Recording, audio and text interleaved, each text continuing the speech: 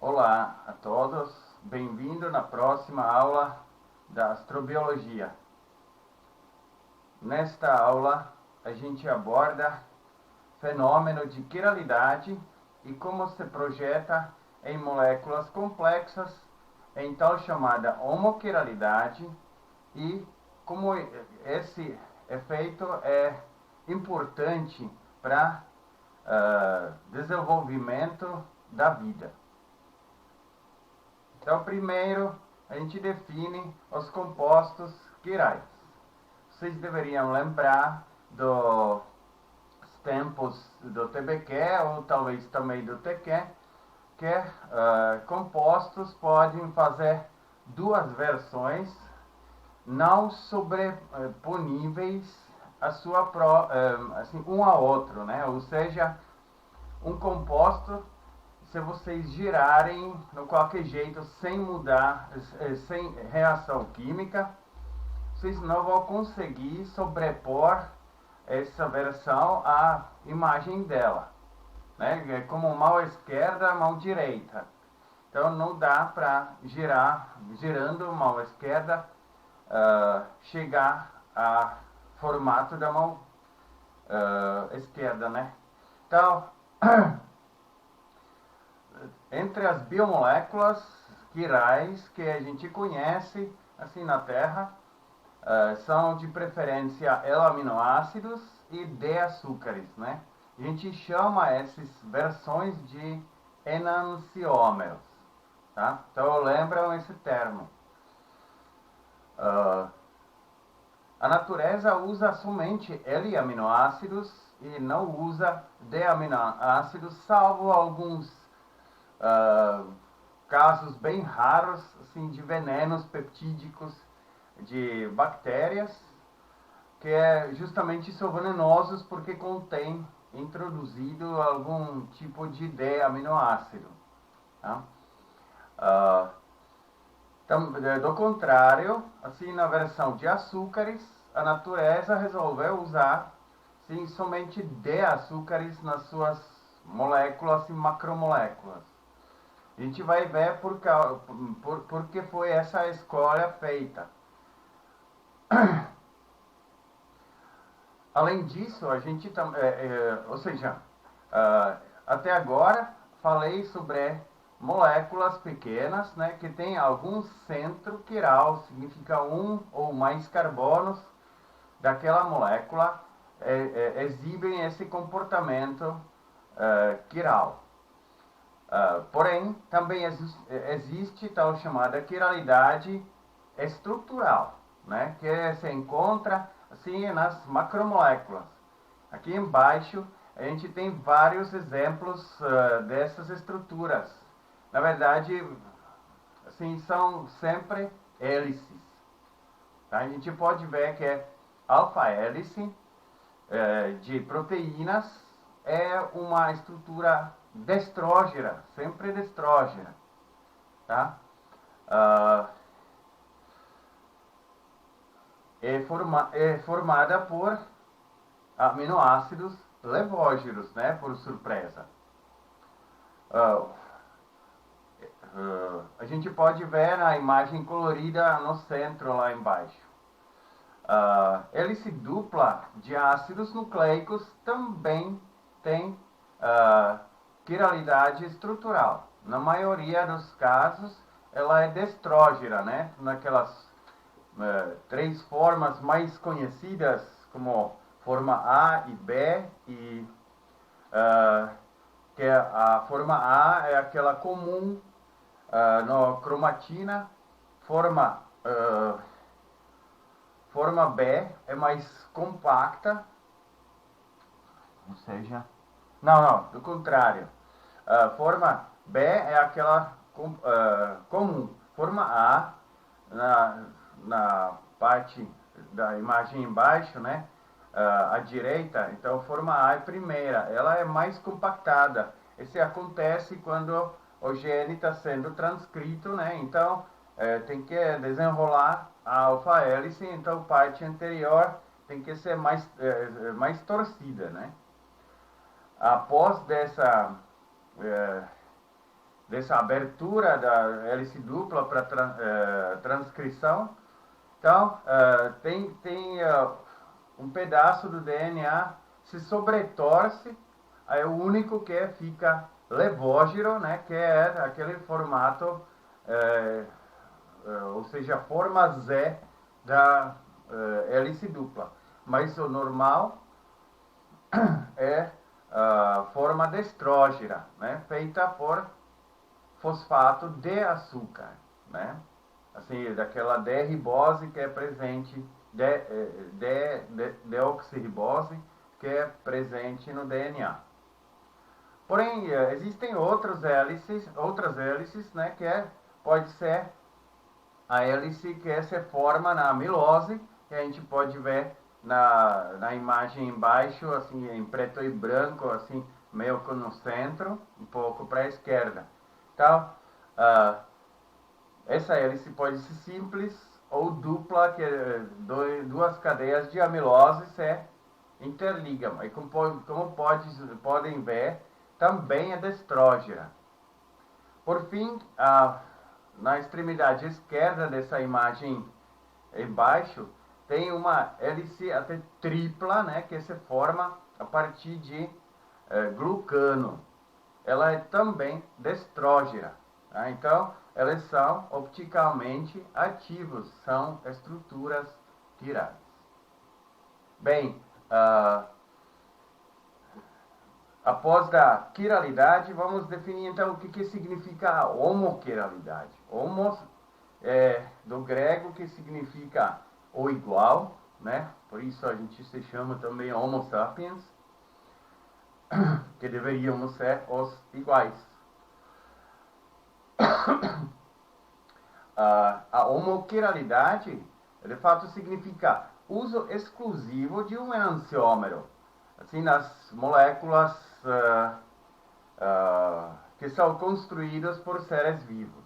Então, por exemplo, o DNA vai ter todas as deoxirriboses com enantiômero D, né? Ou proteína tem todos os aminoácidos incluídos na cadeia levógeros. Tá? Então, essa é tal chamada homoquiralidade. Tá? Então, esse vem assim de interação entre os monômeros, né, que a gente pode imaginar que se vocês posicionam dois enantiômeros levógeros, eles vão se encaixar melhor um no outro do que se pegar enantiômeros diferentes. Né? A gente pode ver aqui na imagem em cima da minha cabeça que duas mãos direitas se encaixam bem melhor do que uma mão direita e uma esquerda. Também, se vocês pegam dois pratos, aí colocam, então, se colocam do mesmo jeito, apesar que ele não é quiral, né? Mas ele tem, assim, se vocês colocam no modo vertical, aí tentam encaixar assim na sua prateleira, né? Então, se vocês colocam do mesmo lado, né? Então, se encaixa muito melhor do que se vocês colocarem um prato assim à esquerda, fundo para a esquerda, outro fundo para a direita. Esse também demonstra que se a gente coloca assim, dois enantiômeros iguais, assim, por exemplo, dois levógeros, então a área de interação entre eles será bem maior do que se for enantiômero L interagindo com o enantiômero D, né? Então, a interação é mais forte, então esse também pode resultar em probabilidade de junção entre eles, formando dímeros e cadeias maiores, né, mais facilmente. A homoquiralidade tem inúmeras vantagens assim, no nosso organismo, tá? Porque ela, na verdade, reduz drasticamente o número possível de diastereoisômeros. diestereoisômero é um composto assim que tem uh, dada sequência com também dada sequência de monômeros, mas com dada sequência de enantiômeros daqueles monômeros, né? Então, se a gente pensa assim, que se juntamos 100 aminoácidos com determinada sequência, sempre será a mesma sequência, tá? Só que vamos variar sim, a presença assim, de aminoácidos levógeros e destrógeros, né? Que é a mesma sequência, vai primeiro começar com L, depois vem D, aminoácido, depois vem D, depois vem L, depois vem L, depois vem D, depois vem L, e assim por diante. Aí essa sequência de levógeros e destrógeros pode ser variada. Então, se a gente faz assim, cadeia de 100 aminoácidos, estou falando que os aminoácidos serão sempre as mesmas, só o enantiômero vai variar. Então, a gente pode chegar a 2 elevado a 100, né, que corresponde a uns 1,27 vezes 10 a trigésima estereoisômeros, né? Então, é um número enorme assim, de moléculas que pode ser formado se a gente varia monômeros levógeros e destrógeros sem mudar assim sequência primária daquela proteína, né? Caso que a gente vai usar sempre o mesmo enantiômero, sempre será monômero tipo levógero, como nas proteínas, aí sempre vai chegar a um único diastereoisômero, né?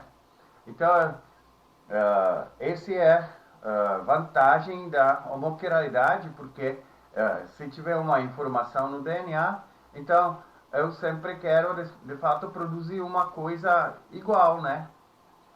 Porque assim, o corpo, reagindo a um estímulo, precisa produzir alguma enzima que vai ajudar assim, a lidar com aquele estímulo. Se for produzida assim, uma gama de variedade de proteínas assim, com assim, versões de diastereoisômero diferente, então cada um vai ter superfície diferente, porque vai se dobrar do modo diferente, e então só um de aqueles 10 elevados a 30 vai ter função desejada, né? Porque esse depende da superfície daquela proteína, né? A função catalítica dela. Então, polipeptídeos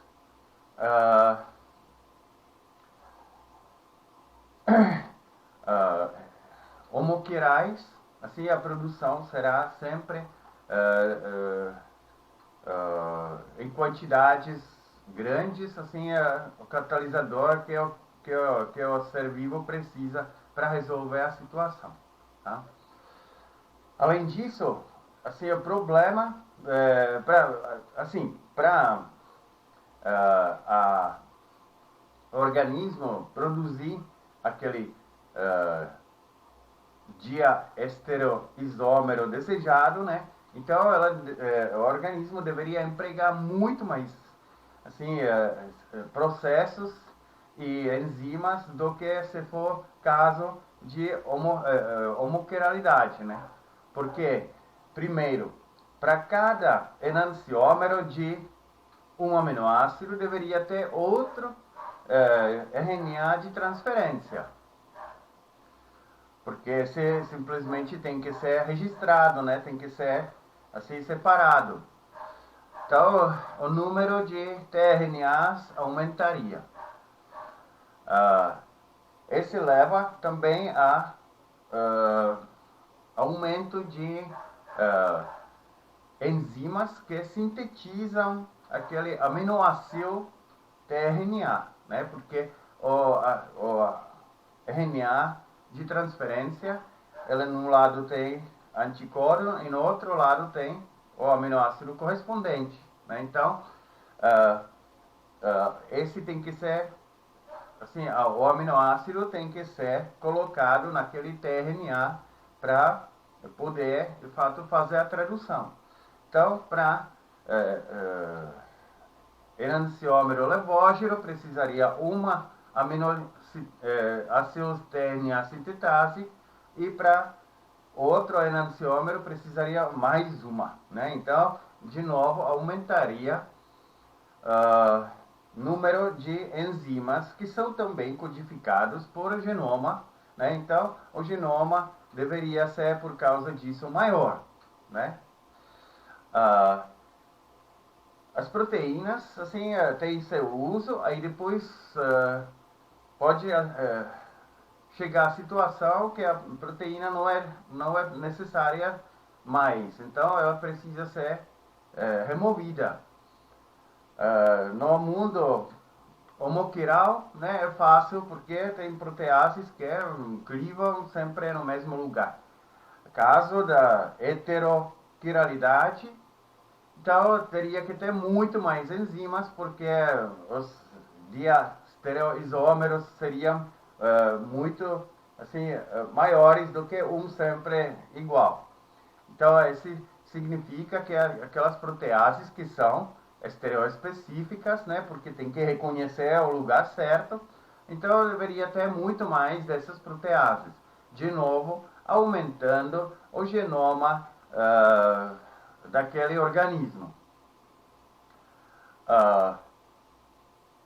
Para garantir que depois de destruição de alguma proteína vai ter material para a construção da outra, então nem sempre vai assim, os aminoácidos digeridos vão ser assim com enantiômeros assim, na concentração igual, né? Então esse precisaria ser também considerado produzindo racemases, né? Para fazer a mistura racêmica, que significa que lá tem 50% de composto levógeno, 50% de composto destrógeno. De novo, mais genes presentes para codificar essas racemases, né, no genoma. E o genoma cresce, né? Além disso, ainda peptidiotransferases, né, que são aquelas ribozimas que são presentes no ribossomo. Então, como que seria? Esses deveriam ser, assim, quiralmente, assim, imunes, né? Porque esse é muito difícil, porque as reações catalisadas, assim, precisam ser estereoespecíficas, né? Então, quem sabe como que o ribossomo conseguiria fazer a síntese desses proteínas heteroquirais. Então, em soma, o genoma precisaria ser muito maior, né, para abrigar informação desses tRNAs, os sintetases dos aminoacil-tRNAs, proteases, a mais racemases, que a gente praticamente não precisa no nosso organismo homoquiral, né?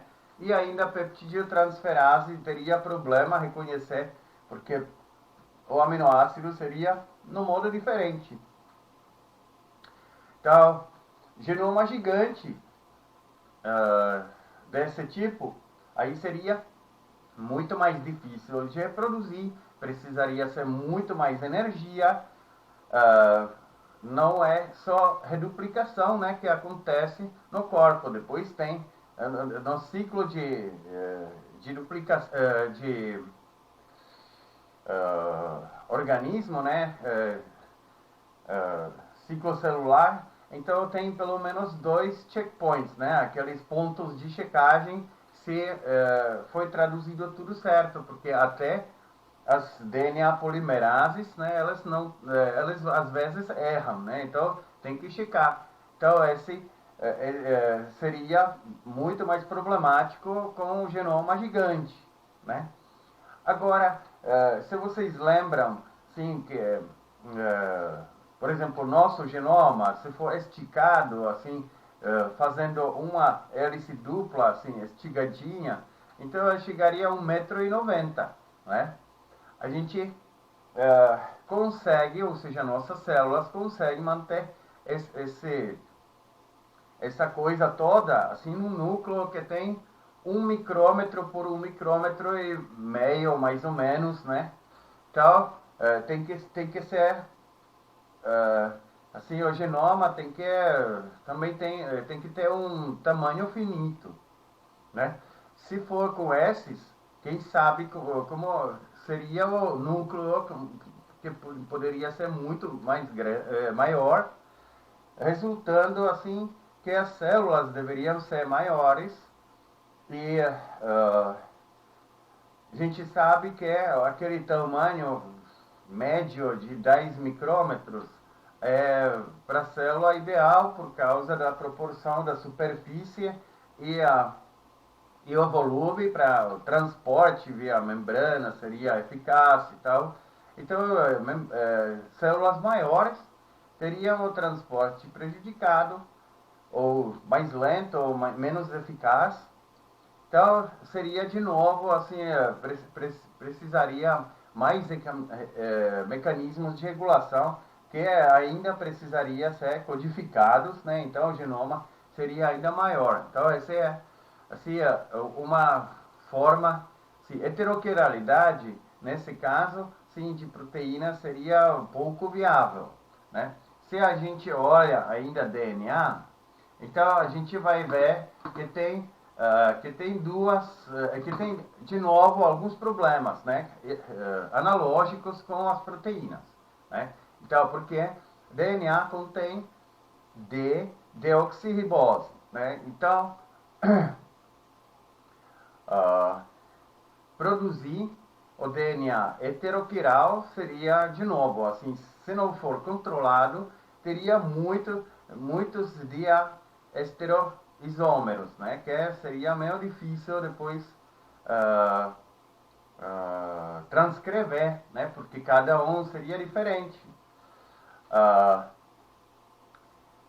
Se o controle seria mantido, né? Que de novo tem que ser codificado quem controla, que são normalmente algumas proteínas ou ribonucleoproteínas, né? Então, a gente poderia ter um DNA heteroquiral ordenado. Significa que os enantiômeros sempre seríamos iguais na mesma posição da sequência.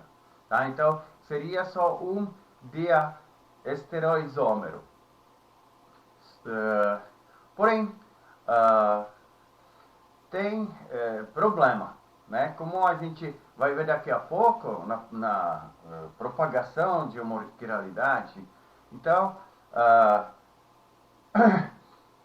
a estrutura do DNA, assim, aquela hélice dupla, é definida justamente assim por aquele enantiômero D da ribose, que faz o mesmo ângulo, assim, que se podem sobrepor as bases, aí ter aquela interação pi-pi entre elas, aí formar essa hélice dupla.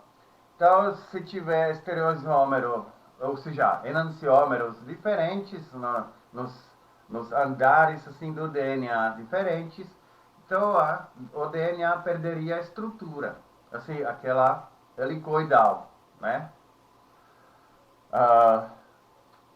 O que significa isso? Sim, a estrutura helicoidal é relativamente compacta, né? Então, se for mais desordenada, aí não poderia ser compactada. Então, aquele genoma que já seria gigante, ainda seria muito difícil de embrulhar num núcleo, aumentando de novo, assim, tudo que o organismo precisaria, assim, para manter essa molécula de informação, assim, guardada. Solução poderia ser um DNA aquiral, né? Não tem quiralidade, né? Existem várias formas, né? Um deles, assim, mais famoso é PNA, né? Que é ah, um ah, um DNA baseado não no fosfato e ribose, mas numa cadeia peptídica, né? Que seria um peptídeo, apesar que é um pouco estranho, né? Porque teria até uma amina a mais, né? Assim, que no lado amina do aminoácido teria que ter uma ponte com mais uma amina. Mas tudo bem, esse já foi proposto, como a gente pode ver aqui na imagem acima de mim, né? Então, uh, esse análogo, assim, não tem quiralidade, né? Então, seria sempre o mesmo, né? Não precisaria ter aquela controle toda, tá? Pode fazer, já foi comprovado que esse também faz hélice dupla, tá? Ah, porém, assim, se esse PNA de peptídeo, né, codificar tanto L como D aminoácidos, poderia ser assim uma base para uma vida heteroquiral, né? Porque assim o DNA próprio não precisaria controle a mais, tá? Mas isso não retira aquele problema assim durante a tradução. Hum, natureza provavelmente não usou isso, ou seja, talvez poderia experimentar nos primeiros momentos assim de surgimento, porque a gente conhece que já o Luca, né, aquele Last Universal Common Ancestor, né, assim, ancestor último ancestor mais comum, né, sim, já tinha vida baseada assim nos nucleotídeos que continham ribose ou deoxirribose. Esse não se sabe. Mas se sabe que foi uma versão de ribose. Tá? Então, se a gente considerar esse DNA aquiral, ou seja, DNA se for com deoxirribose, né? Pode ser também RNA, uh, contendo o peptídeo. Então, como seriam as enzimas, né? Seria que eles poderiam ter estereoespecificidade para reagir como enzima, já que é aquiral, né? Então, o dobramento assim desse RNA, assim, peptídico, não necessariamente seria sempre o mesmo, né? Mas poderia que sim, né? Uh, a proteína, caso aquiral não dá para saber, mas assim existe possibilidade que o dobramento seria sempre o mesmo, então a superfície catalítica seria sempre a mesma, né? Então essa é a possibilidade. Vamos ver mais assim análogos assim do DNA, né? Ou RNA assim alternativas. Então, foi já proposto que a base poderia ser ligada com aquele amina diretamente assim no glicerol, né? Então, caso disso, a gente teria um gênia, né? Assim, de glicerol. Também poderia ser usado outro açúcar em vez de ribose, né? Poderia ser, por exemplo, treose. E por fim, aqui tem esse FNA, que pessoalmente acho o melhor assim, substituto, que também contém glicerol, só que a base não é ligada diretamente, né, mas com alguma pontinha, que é um metileno e alguma coisa, né, que se liga àquela amina, né. Por que eu acho isso? Porque se a gente compara essa molécula, que é terceira, assim, da esquerda, né, com a última, que é o nosso DNA, o RNA, então basta colocar lá um metileno, né, para completar aquela ribose, tá? Então, esse, por exemplo, se eu conseguir, assim, algum projeto, assim, científico na astrobiologia, esse seria um bom candidato, né? Tá? Mas, assim, o GNA e FNA baseado no glicerol, não sei se seriam, assim, totalmente arquirais, né? Por causa que é até, assim, glicerol esterificado, assim, tem aquele formato SN, né? Que pode ser à direita ou à esquerda, né? Que é conhecido que, por exemplo, bactérias usam glicerol no formato SN3, né? Aí os eucariotos usam assim no SN1. Aquele número significa onde naquele glicerol liga fosfato nos fosfolipídios, né? Então, ele tem, na verdade, assim, uma quiralidade induzida, caso que os dois lados contêm uma outra coisa, né? Que é caso disso tá?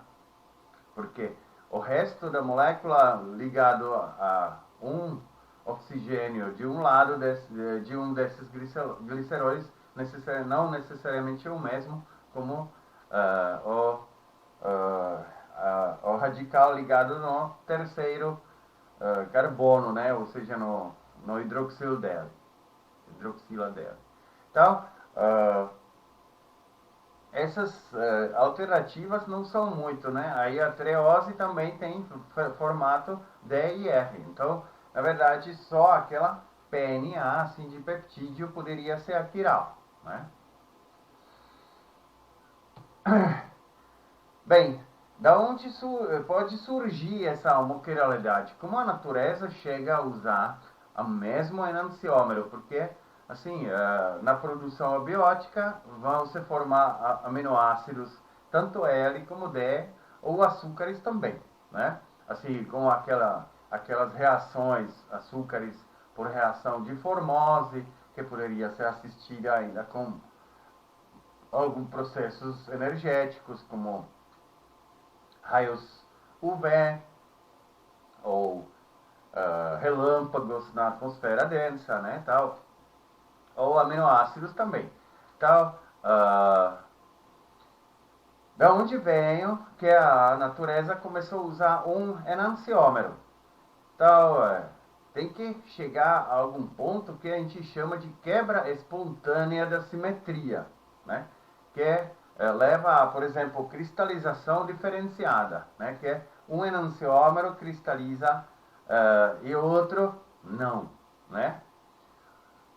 Ou a proporção não precisa ser 0:1, né? Mas assim, que prevalece cristalização de um enantiômero. Então, esse dá para fazer sim, se tiver uma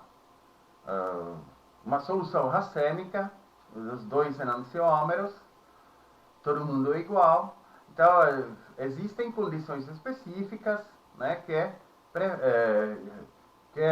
levariam à formação de cristais, assim, poderia ser mistura de cristais, mas cada cristal teria só um enantiômero, né? Então seria mistura de cristais com enantiômero só D, aí outro cristal com enantiômero só L e assim por diante.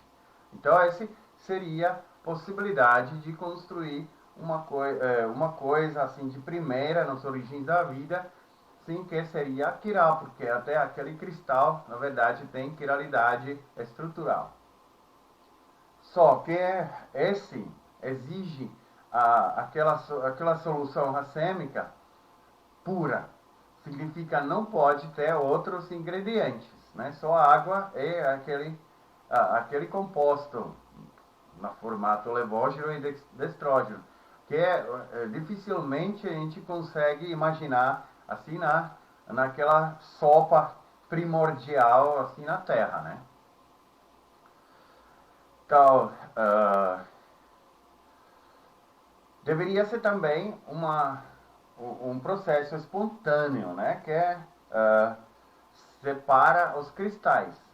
Porque, não obstante, se tiver uma druze de cristais que são assim tudo misturado, então mesmo que pedaço vai ter domínio L e outro pedaço vai ter domínio D, ainda precisa ter alguma coisa que se separa, como, sei lá, cristalização de monocristais, né? Que não é muito simples de fazer. De novo, esse exige assim pureza daquela solução e assim por diante.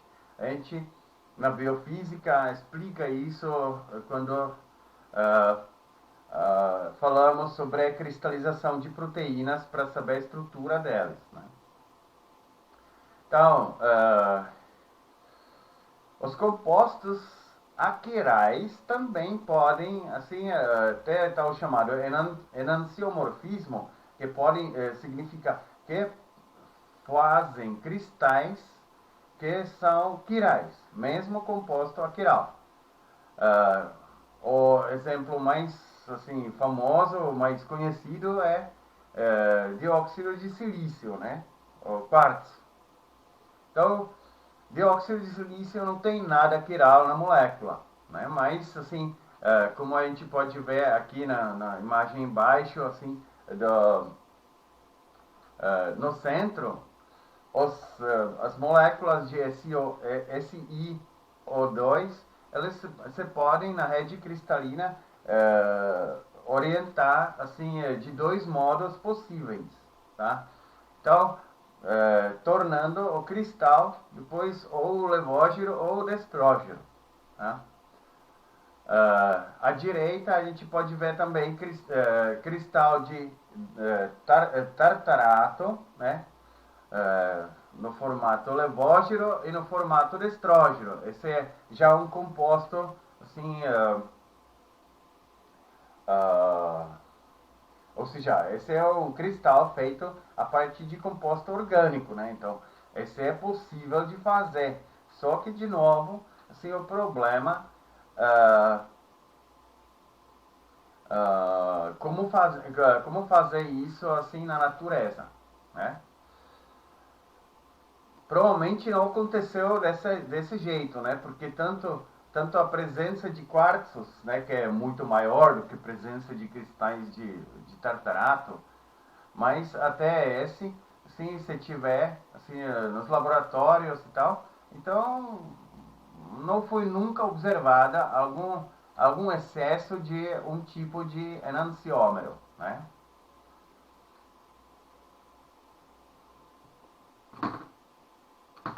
Então, outro mecanismo então aquele mecanismo de quebra espontânea de simetria não funcionaria, mas poderíamos ter uma outra versão, a absorção diferenciada, né? Sim, superfícies podem ser quirais, né? Se tiver um monocristal, por exemplo, né? Então ela poderia ser assim quiral. Então, se alguma coisa assim adere nele, né? Então provavelmente vai aderir um enantiômero melhor do que o outro, né? Então, assim poderia ser fazer assim cristalização em cima daquela superfície assim diferenciada, né?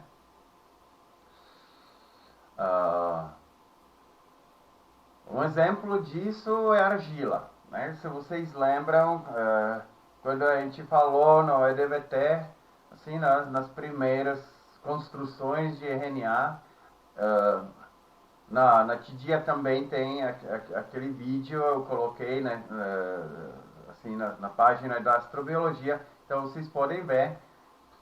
Então, lá é possível que os nucleotídeos se sentam assim, do jeito, do jeito certo, né? Só que argilas não tem superfície quiral, né? A maioria são aquirais.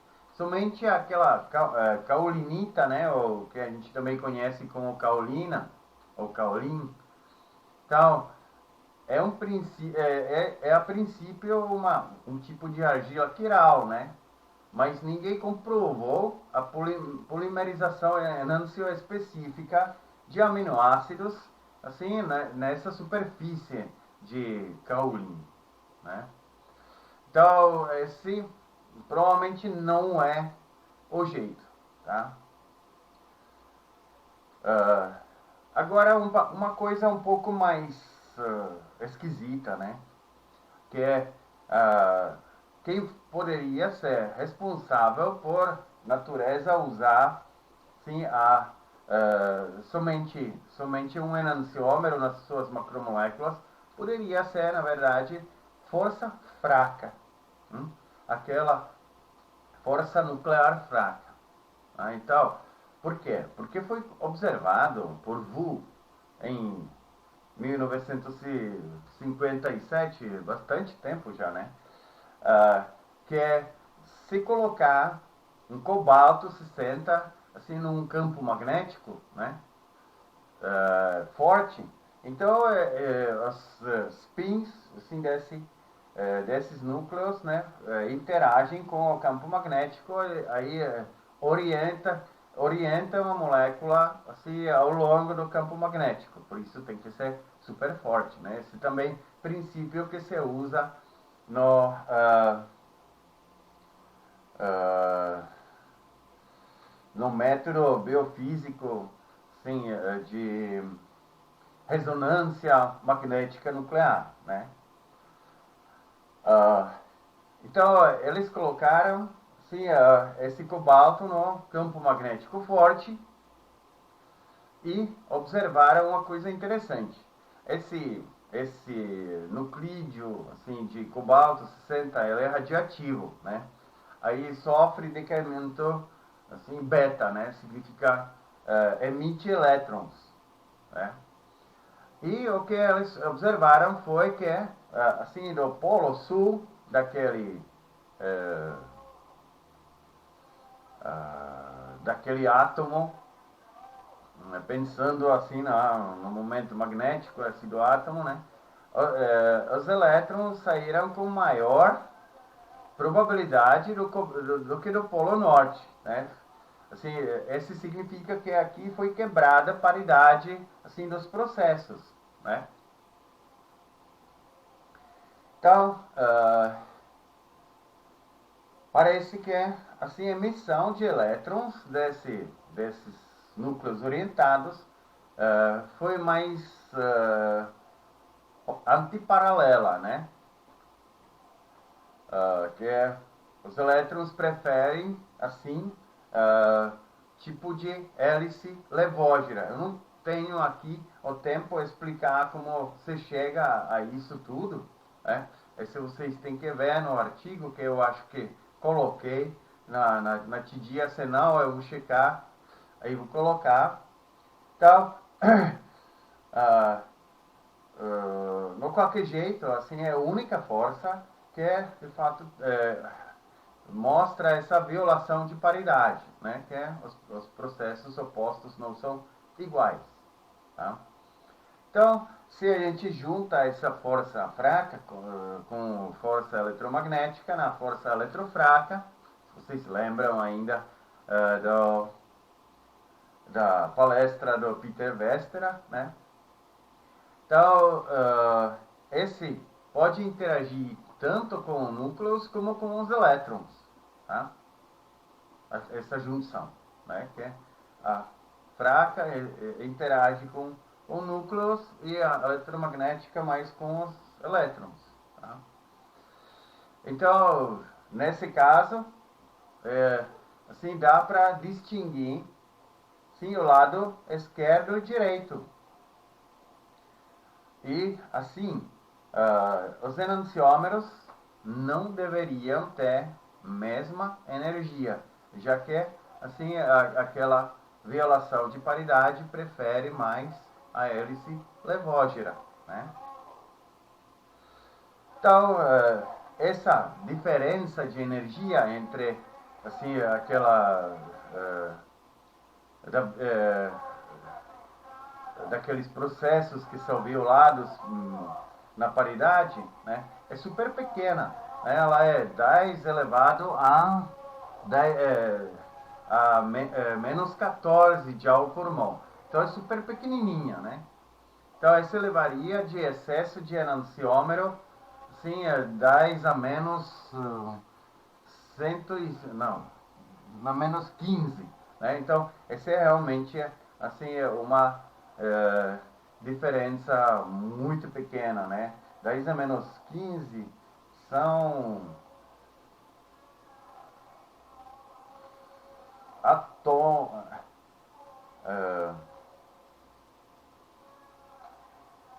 fração átomo, né? Assim, da pico ainda, nano, pico, femto e depois é átomo, né? Então é muito pequenininha. Uh, Foram feitos experimentos, assim, vendo se, assim, esse excesso feito por violação de paridade, sim, realmente assim funcionam como deveria ser, né? Resultado mostrou, assim, resultado feito com alanina, valina, serina e ácido aspargico, né? Então eles mostraram que prefere realmente assim o L, né? Ou seja, que L é mais estável, né? Então eles preferem D. E quebram com maior facilidade. Até gliceraldeído, que é de fato o menor açúcar possível, né? Que pode já ter assim, enantiômero D e L. Então lá foi de novo, assim, que o D enantiômero se mostrou mais estável, né? Que tem menor energia do que o L. Então, esse mostra que, de fato, a preferência por L aminoácidos e D açúcares poderia ser originada nesse processo. Apesar que os próprios autores falam que não tem certeza se tinha uma dependência do resultado assim, do método, né? Então vai ser preciso fazer alguns experimentos com método diferente para confirmar isso. Além dessas assimetrias, né, a gente pode também observar que a luz, assim, ou seja, a radiação eletromagnética poderia também contribuir para isso. Especialmente luz circularmente polarizada, né? Então, o que significa? Aqui em cima é uma figura assim animada, como é polarização circular.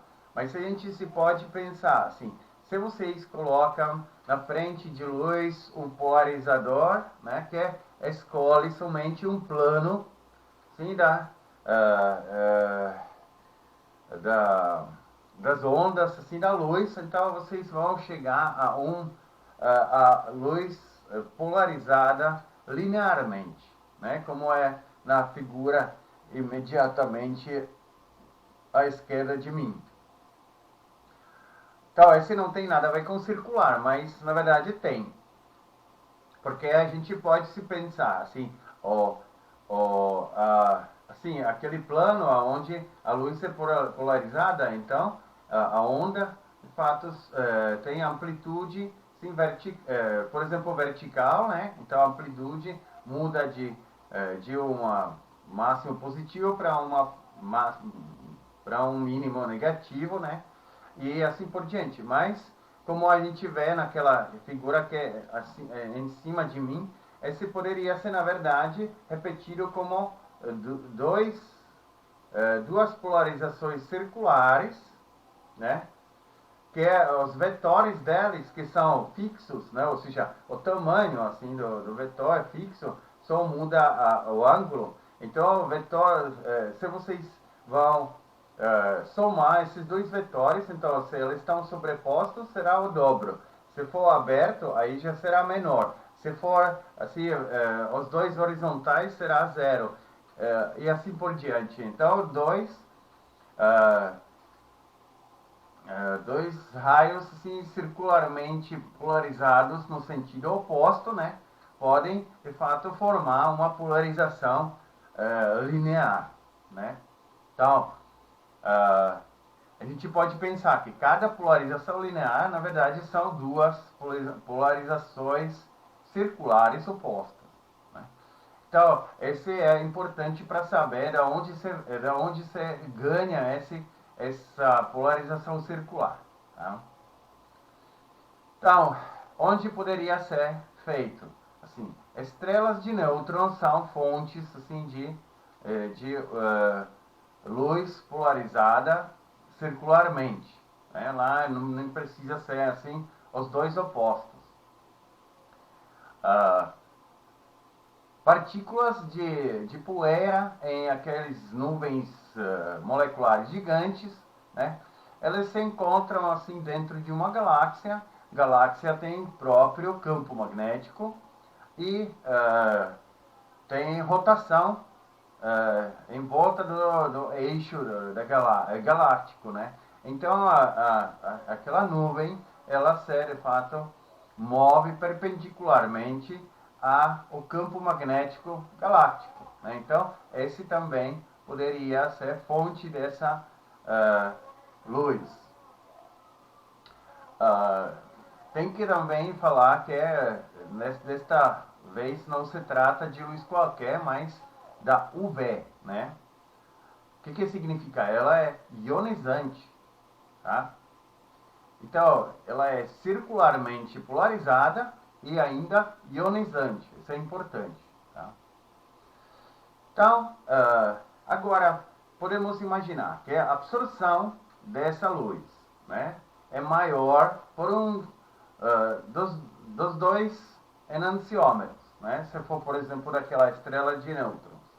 Então, como tem figura bem em cima à direita, né? Então, assim, se tiver uma molécula quiral, então você passa assim a luz circularmente polarizada, então um sentido passa sem mudança porque não interage, né?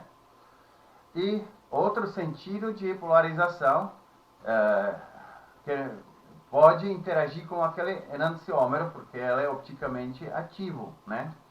Então esse pode levar a maior absorção de um lado, né? Então, o caso que tem uma luz linearmente polarizada, que tem aqueles duas versões assim de polarização circular opostas, né? Então, ele também poderia funcionar como um filtro, que é uma polarização passa e outra é absorvida. Mas o que acontece? Se for absorvida, então a energia é contida naquela molécula, né? Então a molécula fica com maior energia e pode mais facilmente quebrar, né? Ser destruída. Porque sempre é assim, cada sistema termodinâmico, né, incluindo molécula, então é mais estável, assim, com o mínimo de energia possível. Tá? Tinha um exemplo, né, aqui no lado esquerdo, embaixo, tem uma estrutura que se chama heliceno. A gente pode ver que aqui, são 6 anéis aromáticos que são ligados, assim, mas não formam um círculo, né? Assim, lá na parte direita da estrutura, a gente pode ver que é aquele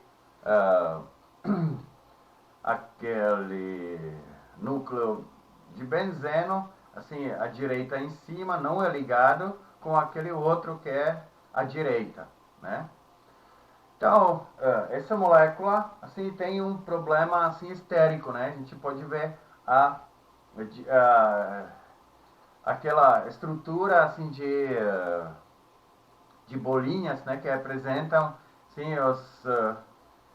os raios Van der Waals, né? Então, a gente pode ver que ela, de fato, tem que ser aqueles dois núcleos de benzeno não ligados se repelem, então ela fica assim como se fosse uma volta.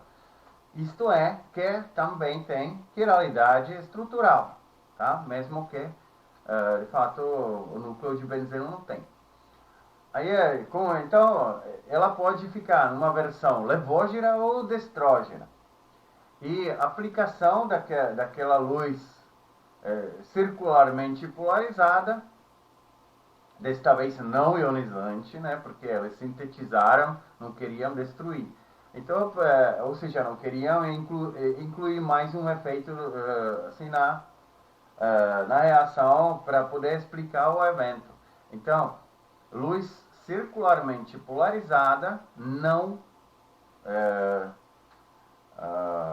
não ionizante. Então, ela, de fato, fez que a síntese do heliceno foi enantioespecífico. Significa, se tornou muito mais de uma versão do que outra, dependendo, assim, no sentido da polarização circular daquela luz que foi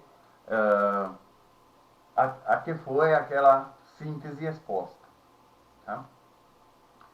Então, esse é, de fato, também possibilidade. Se tiver uma luz circularmente polarizada e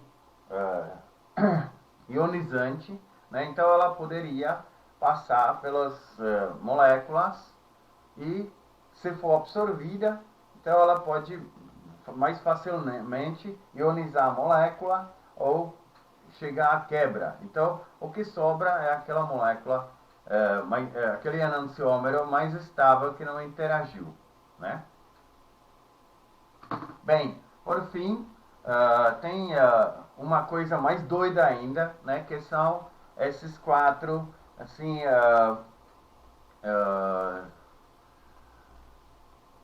efeitos, né? Ou fenômenos, né? Que é dispersão magnética rotatória, dicroísmo magnético circular ou dispersão magnetoquiral e dicroísmo magnetoquiral, que não são os mesmos, né? Por isso os nomes são diferentes. Sim, na primeira dupla, né, que são assim, aquele dispersão magnética ou dicroísmo magnético, então é possível induzir assim a distorção do plano de uma luz polarizada linearmente, sim, pela uma amostra, se a gente aplica no mesmo sentido como a luz, assim, no mesmo, tem que ser ortogonal, né? Aí você aplica um campo magnético que deveria ser forte, né? Sei lá, pelo menos um Tesla. Quando maior, melhor resultado. Esse é um efeito Faraday, né? Assim, nomeado pelo descobridor, né? O famoso Faraday mesmo. Foi o mesma pessoa, com aqueles leis dele na eletrotécnica. Então, ela observou isso, né? Então, foi induzido, sim, a distorção do plano, que pode levar a uma dispersão assim, magnética rotatória, né? Ou pode levar a dicroísmo, né? Que é assim Com licença, tem que dar pause porque alguém está chegando. Tá, desculpem, eu precisava atender uma pessoa na porta. Então, vamos continuar.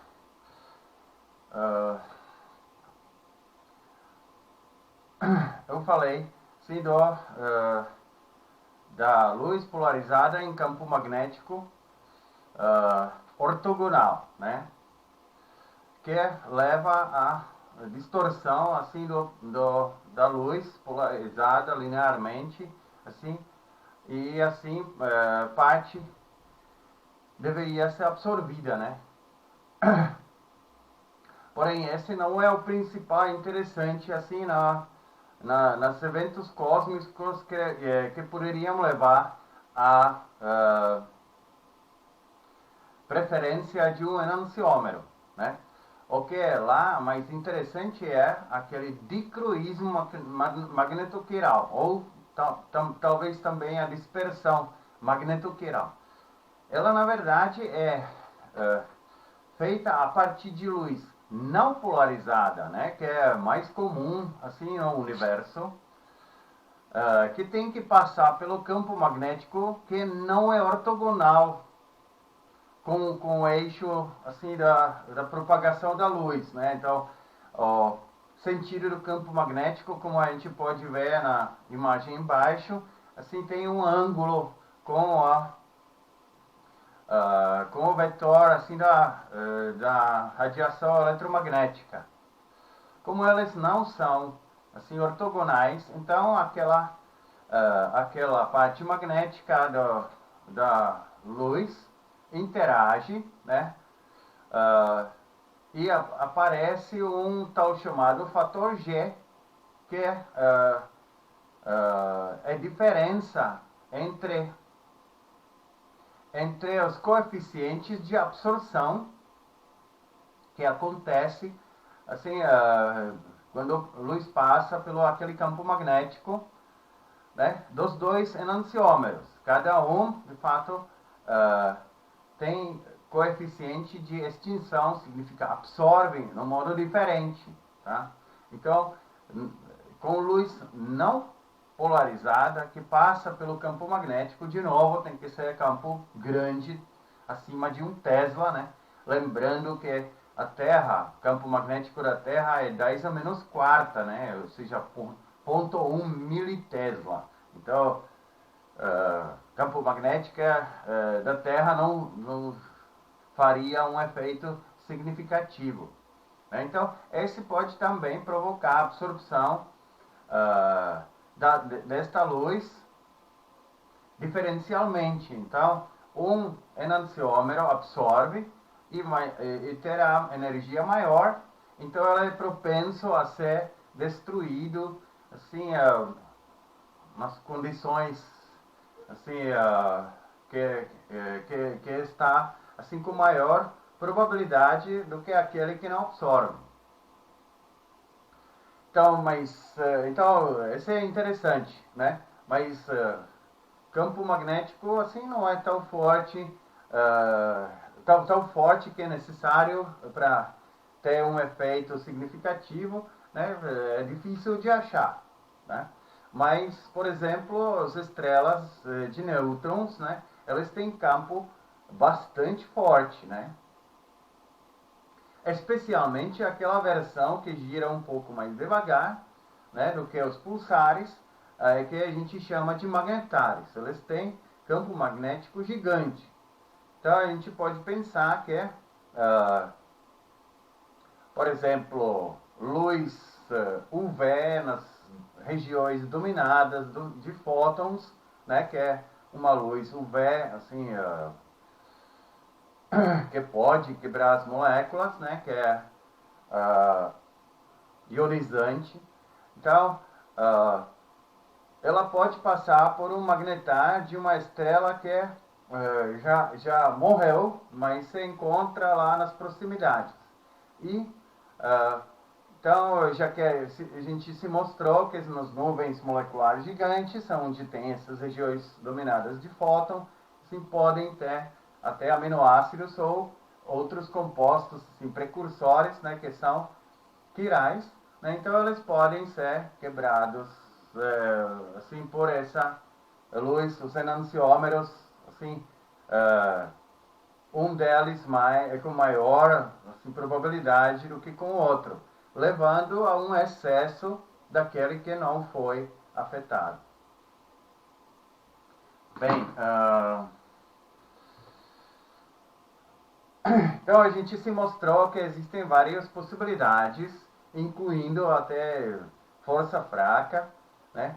Que junto com esse UVCPL, né? Ou seja, luz circularmente polarizada e ionizante, e com campo magnético assim, presente em alguns lugares assim, do universo, pode levar à produção de um enantiômero específico, né? Ou sei lá, de um enantiômero mais do que o outro. Então, a gente conseguiu ver como se originam assim a homoquiralidade, né? Que é fato da onde vem os compostos que se produzem assim com excesso de um dos enantiômeros. Agora, segunda parte é como se propaga isso, né? Então, a gente no começo já se falou que sim, a superfície quiral, né, vai atrair um tipo de enantiômero. O mesmo acontece entre dois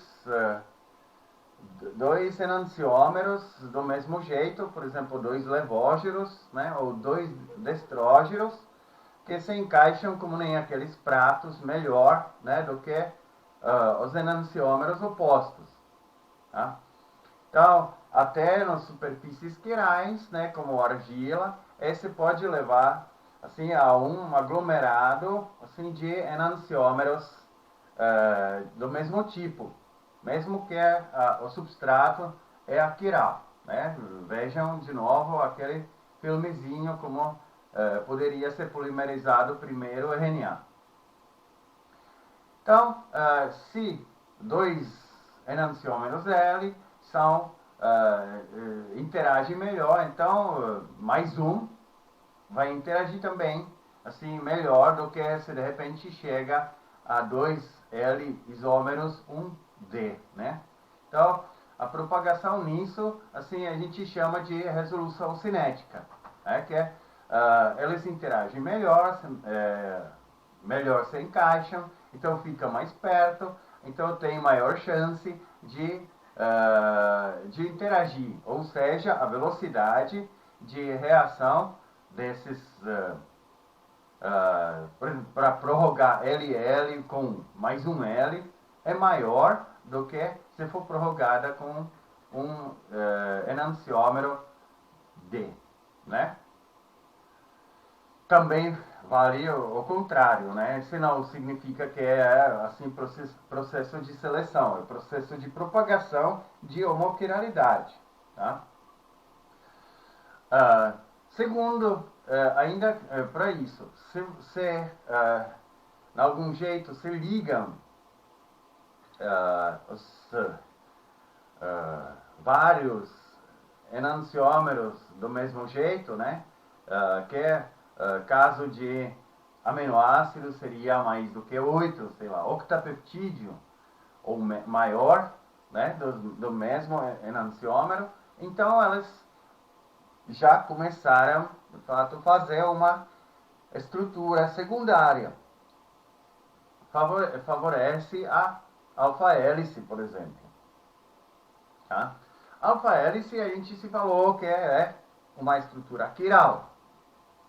Então, como se fosse essa própria molécula que se formou, se fazendo um autocatalisador, né? Já que assim se contorce daquela hélice, então o próximo enantiômero que se liga não será só melhor encaixado naquele mesmo enantiômero que ficou no final dessa molécula, mas também vai ser ajudado assim por a estrutura tridimensional, ou seja, a estrutura secundária. aumentando de novo a velocidade de polimerização nesse jeito, né? Então, se tiver essa estrutura secundária, também fica mais estável contra a hidrólise, porque é mais compacta, né? Não é tão aberta aos processos. Se for compactado, então tem pouca superfície onde algum agente poderia interferir, quebrar essa molécula. Tá? Então, esse é adicional reforçamento da homoquiralidade. Caso do RNA, né, a gente, se polimerizar 4 ribonucleotídeos, né, que tem mesma polaridade, mesmo enantiômero do açúcar, né, então, ou seja, se a gente escolhe aqueles 4 ribonucleotídeos, C, G, A, T, né, comecei mal. Então, e vamos polimerizar numa superfície de argila até 50 nucleotídeos, né, que é um número assim já considerável para codificar algum pequeno peptídeo, né, de uns 18 aminoácidos, né, dividido por 3, né. Então, esse leva a um número gigante assim das possibilidades, né? Se for assim numa sequência aleatória, né? Então, o número desses moléculas que podem ser formadas, mesmo homoquirais, né? Então, 4 elevado a 50, né, que eleva assim, se for em sistema decádico, né, então leva a um número que é 4 ordens de grandeza maior do que o número de Avogadro, né. Então, esse significa que é impossível alcançar todas as combinações, tá? Então, algumas vão faltar. Então, se não consigo assim, alcançar todas as combinações, então, as quais serão possíveis alcançar seriam, de fato, como se fossem preferidas, né? Vai ter mais dessas, porque é impossível fazer todas. Então, se a gente considerar que seria assim numa versão heteroquiral, então a situação ainda piora, né? Então, de novo, a homoquiralidade assim vai provavelmente vencer nessa propagação, né? Ou amplificação.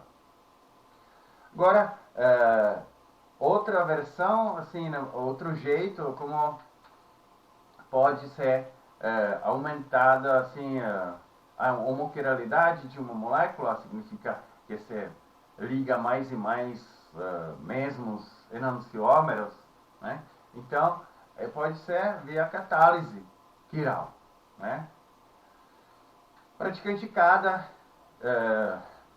reação catalisada é estereoespecífica, né? Então, se for numa superfície quiral, que hoje, por exemplo, são enzimas, então transfere essa quiralidade ao produto, né? Então, é como, sei lá, se for originado um cristal, né, que é homoquiral, então, probabilidade que se liga o mesmo enantiômero para aumentar cristal é maior, né? Então, é como nem no começo desse slide, só que assim é via catálise, né? Que desta vez tem a superfície quiral, que de fato ajuda se arrumar os mesmos enantiômeros assim na cadeia.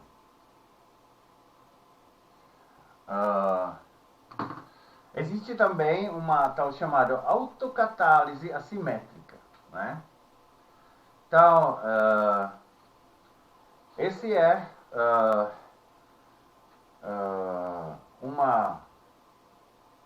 um fenômeno se quando dois reagentes que não são nenhum deles é quiral. Aqui na figura se é reagente A e B, né?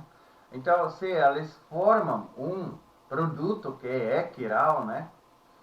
Então, nas concentrações baixas, vai ser resultado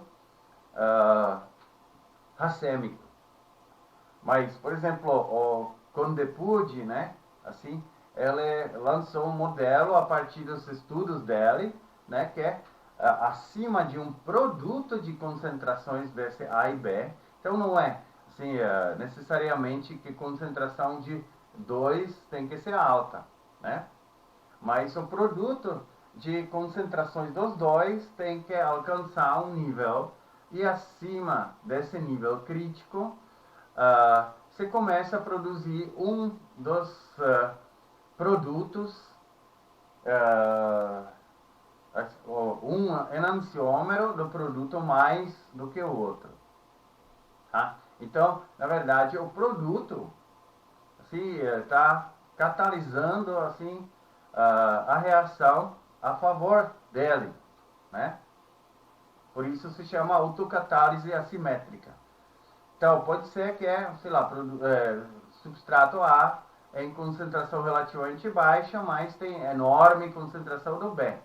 O produto dessas duas concentrações, se for maior do que aquele valor crítico, aí no final dessa reação, no equilíbrio, a gente vai achar assim, um excesso grande assim, de um enantiômero incorporado, produzido.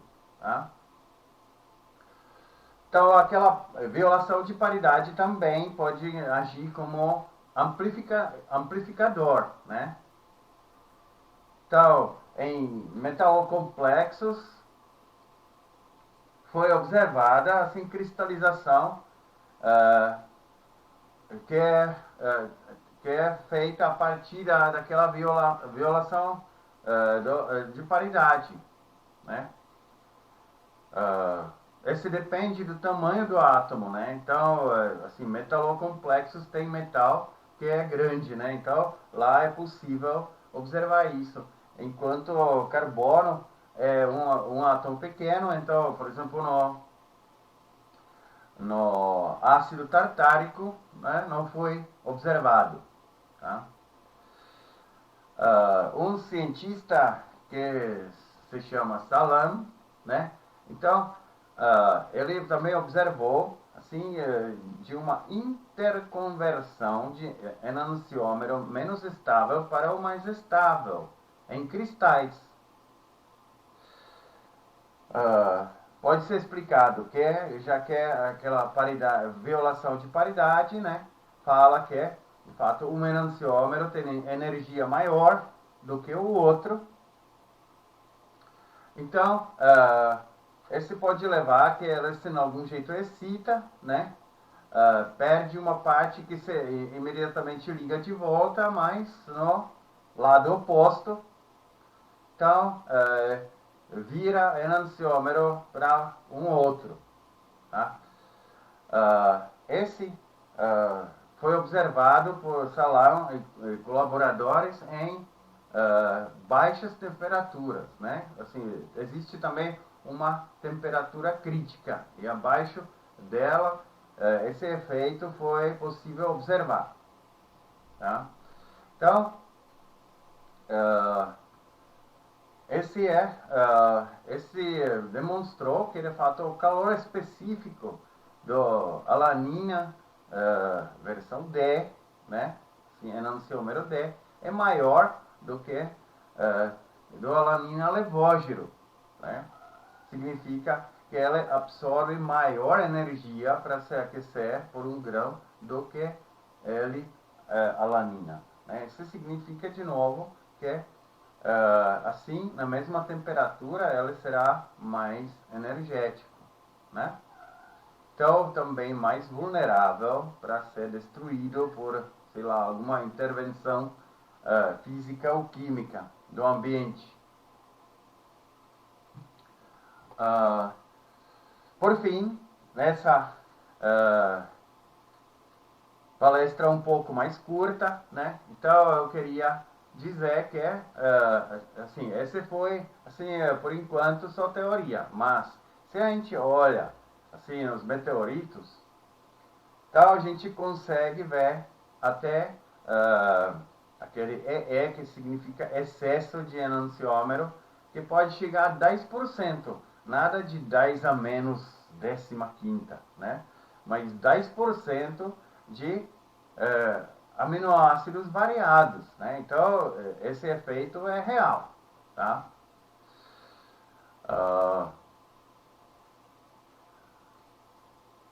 Quando foi assim, foram analisados isótopos, sim, de átomos,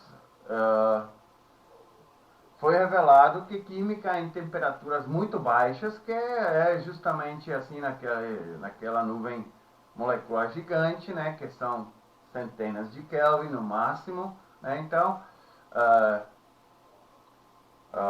origem do excesso dos enantiômeros pode ser até pré-estelar, né? Não precisa ser assim, só no estágio de meteorito, que é de fato fóssil de uma formação planetária, né? Então, aqueles fenômenos provocados por luz circularmente polarizada, ionizante, né? Ou por dicroísmo magnetocircular, né? Ou magnetoquiral. Então, esses realmente podem assim levar a uma produção de excesso de enantiômero. Então, por fim, assim a gente pode resumir que assim são possibilidades de um enantiômero será mais abundante do que o outro e por natureza precisar sempre bastante material, então ela vai assim experimentar o que será mais abundante, então ela será usado, né, por assim aqueles princípios de origem e amplificação da homoquiralidade. Né? Então, esse é uma coisa incrível, né, que de fato acontece praticamente sozinha e para a vida tem um impacto muito grande, porque de fato sistema homoquiral usado por seres vivos levou a um genoma, ou seja, molécula de informação, sobretudo no organismo, relativamente compacta e pequena, né? Possibilitando a estrutura que permite que realmente assim pode ser compactada assim num tamanho razoável para a célula ficar no modo ótimo. Sim, de ponto de vista mecânico e outros, né, de transporte, então também do ponto de vista químico. Tá? Então, essa homoquiralidade é um fator crucial para a vida. Tá? Então, terminamos por aqui e até a próxima palestra. Tchau.